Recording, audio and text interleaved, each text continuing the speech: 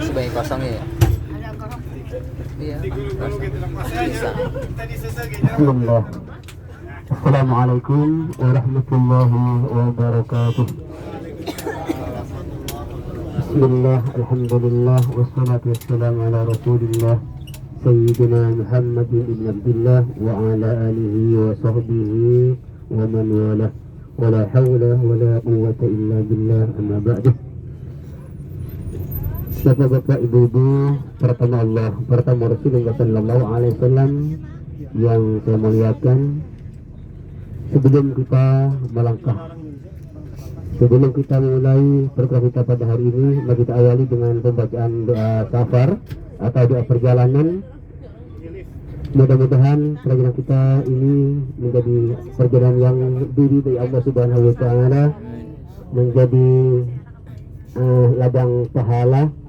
Mudah-mudahan juga dilancarkan semua urusan kita, dan semoga kita bisa mengunjungi semua tempat dan mengambil ibrah serta pelajaran dari semua tempat yang bersejarah yang akan kita kunjungi pada hari ini. Amin Allahumma amin. Baik Bapak semuanya, mari kita baca doa safar dulu bersama. Bismillahirrahmanirrahim. Allahu akbar. Bismillahirrahmanirrahim. Allahu akbar. Allahu akbar. Allahu akbar. Allahu akbar. Subhanalladzi sakhkhara lana hadza wa ma kunna lahu muqrinin wa inna ila rabbina lamunqalibun. Allahumma inna nas'aluka fi safarina hadza al-birra wat taqwa wa minal amali ma tarda. Allahumma hawwin alaina safarana hadza wat'u anna bu'dahu. Allahumma antas sahibu fis safari wal khalifatu fil ahli. Allahumma inni a'udzu bika min wa'sa'is safari wa ka'abatil manzari wa su'il munqalabi fil mali wal ahli wal waladi. Amin ya rabbal alamin. Terima kasih, semoga doa kita diterima oleh Allah Subhanahu wa taala. Amin amin ya mujibas sa'ilin. Yang semuanya, pertama Allah, alhamdulillah, alhamdulillah, kita mengucapkan puji syukur kehadirat Allah Subhanahu wa taala karena sampai saat ini kita masih dikaruniai dengan dua nikmat yang luar biasa, yaitu pertama nikmat sehat dan yang kedua nikmat sempat, sehingga dengan kesehatan dan kesempatan hari ini kita bisa melaksanakan city tour Madinah atau jalan-jalan di sekitar kota Madinah. Kita akan mengunjungi tempat-tempat yang bersejarah dalam Islam, di antaranya itu ke Kuba, Uhud, Masjid Qiblatain, Masjid Khandaq, dan kebun kurma insyaallah. Yang pertama kita akan menuju ke Masjid Kuba. Mudah-mudahan kita semuanya bisa mengambil ibrah serta pelajaran dari semua tempat yang akan kita kunjungi pada pagi hari ini. Amin Allahumma amin.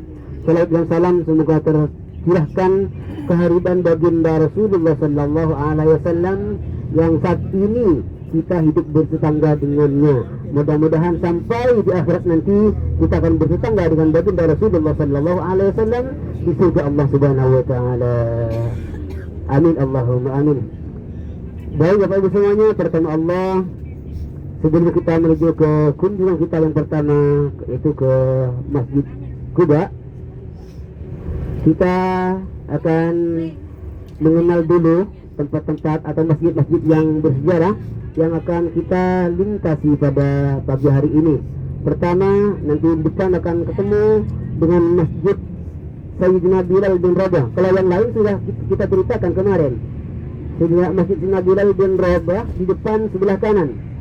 depan sebelah kanan itu masjid Sayyidina Bilal bin Rabah, salah satu sahabat Nabi yang paling teguh, yang paling kuat akidahnya, yang paling kuat mempertahankan akidahnya, bahkan setiap hari disiksa oleh majikannya, disiksa, ditelanjangi, ditentangkan di parasnya padang pasir, diimpit dengan batu. Apa yang keluar dari lisan beliau? Ahad, ahad, ahad. Allah Esa, Allah Esa, Allah Esa. Itu yang keluar dari mulut beliau. Subhanallah. Sehingga akhirnya beliau dimerdekakan dari budak, beliau sebagai budak dimerdekakan oleh Sayyidina Abu Bakar. Kemudian beliau diangkat sebagai muadzin baginda Rasulullah sallallahu alaihi wasallam. Salah satu sahabat Nabi yang bunyi terumpahnya, bunyi sandalnya terdengar di dalam surga Allah Subhanahu wa taala. Di sebelah kanan masjidnya, sebelah kanan Masjid Sayyidina Bilal bin Rabah. Ketika Rasulullah sallallahu alaihi wasallam diisra mi'rajkan oleh Allah Subhanahu wa taala, diperjalankan pada malam hari itu dari Masjidil Haram ke Masjidil Aqsa yang ada di Palestina. Kemudian menembus 700 langit sampai di Mustawan di sana. Panggil baginda Rasul untuk memerintahkan perintah sholat saja. Pentingnya itu sholat, yang lain diperintahkan di bumi, tetapi sholat diperintahkan di atas langit, di Mustawan di sana. Jadi Allah memerintahkan sholat kepada baginda Rasul, itu dipanggil ke Mustawan di sana. Saking pentingnya sholat. Bahkan sholat ini merupakan wadah daripada amal-amal yang lain. Kalau sholatnya sudah tidak bolong-bolong, jadi amal yang lain tidak akan berhamburan kemana-mana. Tapi kalau sholatnya bolong, walaupun sering bersedekah, sering puasa, itu akan berhamburan kemana-mana karena wadahnya sudah bolong. Oleh karena itu kita jangan sampai meninggalkan sholat. Terutama sekali laksanakanlah sholat di waktunya, karena paling utama amal itu pelaksanaan sholat di awal waktu. Baik Bapak Ibu semuanya, kita akan menuju ke Masjid Quba. Masjid Quba itu merupakan masjid yang pertama kali dibangun oleh baginda Rasulullah sallallahu alaihi wasallam di dalam perjalanan hijrahnya dari kota Mekah ke kota Madinah Al-Munawwarah. Rasulullah sempat beristirahat di sana beberapa hari dan membangun masjidnya yang dibangun atas dasar takwa. Nah, kita datang ke sana diperintahkan baik dalam Al-Qur'an maupun dalam hadis. Dalam Al-Qur'an disebutkan, "A'udzubillahi minasyaitonirrajim. Bismillahirrahmanirrahim.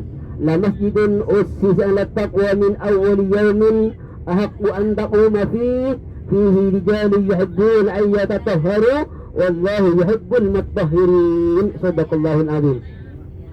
Sesungguhnya masjid yang dia bangun atas dasar takwa sejak hari pertama adalah lebih patut kamu sholat di dalamnya, dan di dalamnya terdapat orang-orang yang suci, sedangkan Allah menyukai orang-orang yang suci. Itu di antara perintahnya. Dan yang kedua diperkuat dengan hadis baginda Rasulullah sallallahu alaihi wasallam, "Man tatahhara fi baitihi thumma ata masjid Quba fa shalla fihi salatan kana lahu ka'ajril umrati." Barang siapa yang bersuci, berwuduk dari rumah, dari hotel, kemudian datang ke Quba dan sholat di dalamnya, maka baginya satu pahala umroh. Luar biasa. Allahu Akbar. Itulah kelebihan dari Masjid Quba. Kita belum apa-apa, belum bernikah, belum berpakaian ihram, namun sebentar lagi insya Allah kita akan mengantongi pahala umroh. Mudah-mudahan diterima oleh Allah Subhanahu wa taala. Bapak Ibu semuanya, para tamu Allah, kalau sejarah Masjid Quba tentunya sudah pada paham semuanya. Dulu di Masjid Quba itu ada masjid tandingan, Bapak Ibu ya. Ada masjid tandingan yang sengaja dibangun oleh orang-orang munafik atas suruhan Abu Amr. Abu Amr itu seorang pendeta yang sangat membenci Islam dan si pembawa Islamnya. Itu Abu Amr ini seorang pendeta yang membenci Islam dan si pembawa Islamnya, membenci baginda Rasul dan agama Islamnya. Datang kepada baginda Rasul, "Aku bersumpah wahai Muhammad, aku akan membantu musuh-musuhmu. Dan barang siapa yang dusta di antara kita, maka dia akan mati jauh dari keluarga dan teman-temannya." Sampai di situ peperangan Abu Amr ini ikut, sampai ke peperangan Hunain yang terjadi di Taif, dia ikut. Namun akhirnya merasa kecewa, dia melarikan diri jauh dari kota Madinah itu ke Syria. Nah, ketika dia ada di Syria, membuat surat dikirimkan kepada orang-orang munafik untuk membangun masjid. Apa tujuan membangun masjid itu? Kata Al-Quran, "Diraran wa kufran wa tafriqan bainal mu'minin." Pertama tujuannya diraran, untuk membahayakan kaum muslimin. Dan yang kedua, kufran, untuk mengkafirkan kaum-kaum yang beriman yang ada di kota Madinah. Dan yang ketiga, wa tafriqan bainal mu'minin, untuk memecah belah di antara orang-orang yang beriman, terutama yang ada di kota Madinah. Jadi kalau di negeri kita tercinta saat ini sering ada tandingan, misalnya ada masjid tandingan, ada pesantren tandingan dan lain sebagainya, itu jangan heran lagi, karena 14 abad yang silam sudah terjadi tandingan itu. Di masa Nabi Sallallahu Alaihi Wasallam sudah ada tandingan itu. وَالَّذِينَ اتَّخَذُوا مَسْجِدًا ضِرَارًا وَكُفْرًا وَتَفْرِيقًا بَيْنَ الْمُؤْمِنِينَ وَإِرْصَادًا لِمَنْ حَارَبَ اللَّهَ وَرَسُولَهُ مِنْ قَبْلُ وَلَا يَحْلِفُنَّ إِنْ أَرَدْنَا إِلَّا الْحُسْنَى وَاللَّهُ يَشْهَدُ إِنَّهُمْ لَكَاذِبُونَ.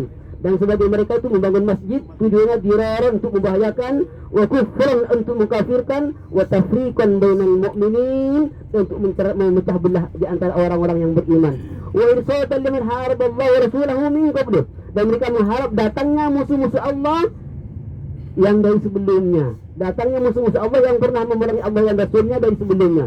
Mereka mengharap datangnya orang-orang Yahudi, orang-orang munafik itu, untuk memerangi kaum muslimin. Wala yahlifunna in aradna illa husna, dan mereka mengklaim bahwa masjid ini Muhammad kami bangun untuk membantu kaum muslimin yang sudah lemah, yang sudah tua, karena kejauhan ke Masjid Quba dia sholat di sini. Tetapi Allah tidak pernah tidur, Bapak Ibu semuanya. Wallahu yashhadu innahum lakadzibun. Allah bersaksi bahwasanya mereka itu adalah orang-orang yang berdusta. Nah, mereka meminta, Muhammad, sholatlah Anda di sini. Kami membangun masjid ini untuk membantu kaum muslimin agar mudah bagi orang-orang yang uzur, yang tua. Rasulullah belum merespon permintaan mereka, karena pada saat itu sibuk dengan persiapan perang Tabuk. Nah, setelah pulang dari perang Tabuk, Rasulullah rencana mau datang ke masjid itu. Rasulullah mau sholat di masjid itu, tapi kabar gembira dari malaikat Jibril alaihissalam bahwasanya masjid tersebut bukan masjid yang sebenarnya, malaikatnya masjid dirar, masjid yang membahayakan. Maka Rasulullah Sallallahu Alaihi Wasallam memerintahkan sebagian sahabatnya untuk datang ke masjid dirar tersebut. Bangunnya ada dekat dengan Masjid Quba. Masjid Quba sudah di depan sebelah kiri, yang bermenara tinggi 4 menara, itu Masjid Quba. Dekat di situ bangunannya. Tapi setelah itu Rasulullah memerintahkan sahabatnya untuk dibakar. Makanya sampai sekarang tidak ada muncul lagi. Betul sekali apa yang diabadikan Allah. Wa qul ja'al haqqu wa zahaqal batil innal batila kana zahuqa. Kebatilan itu akan musnah, akan mampus selama-lamanya. Nah, kebatilan kok masih berkeliaran, Ustaz? Kok masih banyak di dunia itu, masih dibiarkan oleh Allah Subhanahu wa taala. Allah masih ada kasih sayangnya kepada mereka agar mereka itu bertobat, agar mereka itu kembali ke jalan Allah Subhanahu wa taala. Baik Bapak semuanya, ini sudah sampai ke Masjid Quba di sebelah kiri depan.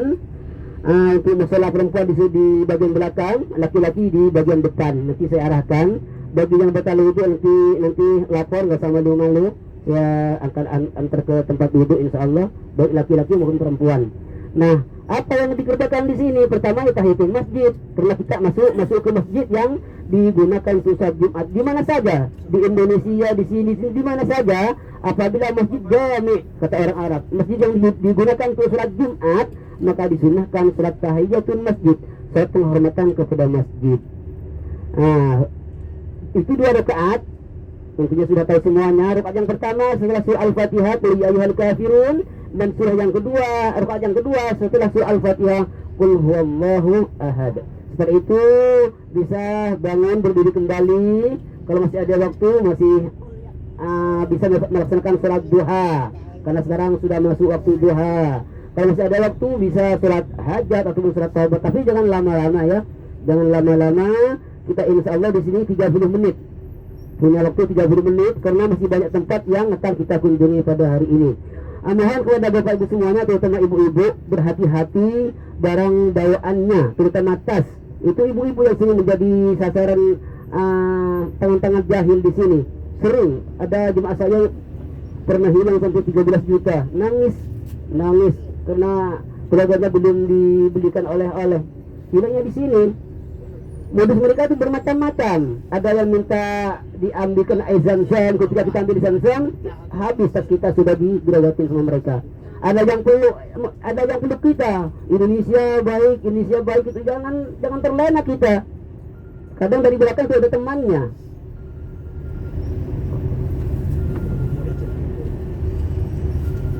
Nah, setelah sholat kita akan ada foto bersama dengan background Masjid Quba untuk dokumentasi mungkin insyaallah nanti setiap tempat bersejarah kita akan diabadikan di Quba, di Uhud dan tempat-tempat lain-lain insyaallah. Nah, lagi harus hati-hati juga kalau ada yang menawarkan parfum atau apa, kita beli di tempat-tempat yang asli saja. Karena kadang contohnya saja yang asli, adapun yang dalam kemasan itu palsu. Biasanya air dikasih pewarna saja. Sampai di Indonesia bukan harum lagi, tapi busuk baunya. Karena air yang dikasih warna-warna saja. Bagaimana cara menghindari mereka? Bilang la gitu. Atau no gitu. No atau la. Atau sekalian digabung menjadi no la gitu. No dan la. Di sini kita sudah sampai di Masjid Quba.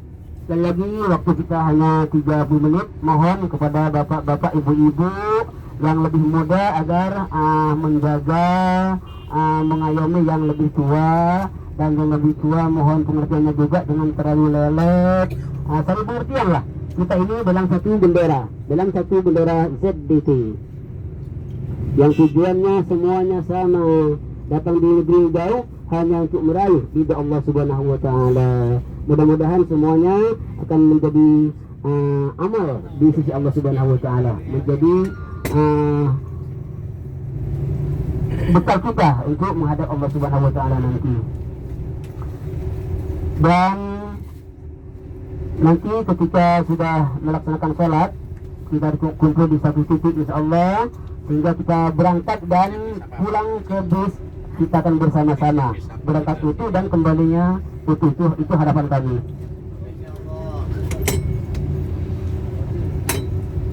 Alhamdulillah kita ini sudah ada tanda-tanda sal berwarna merah sehingga dari jarak jauh sudah kelihatan. Jadi kalau ada yang jemaahnya, teman kita ada yang jalannya salah, cepat ditarik, dibilang dan itu salah gitu.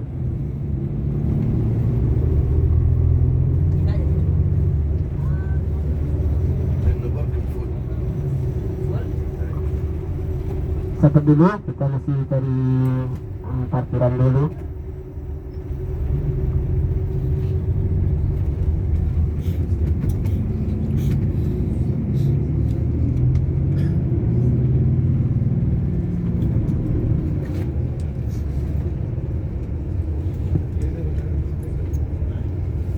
Inilah Masjid Quba, masjid yang pertama kali dibangun oleh baginda Rasulullah Sallallahu Alaihi Wasallam.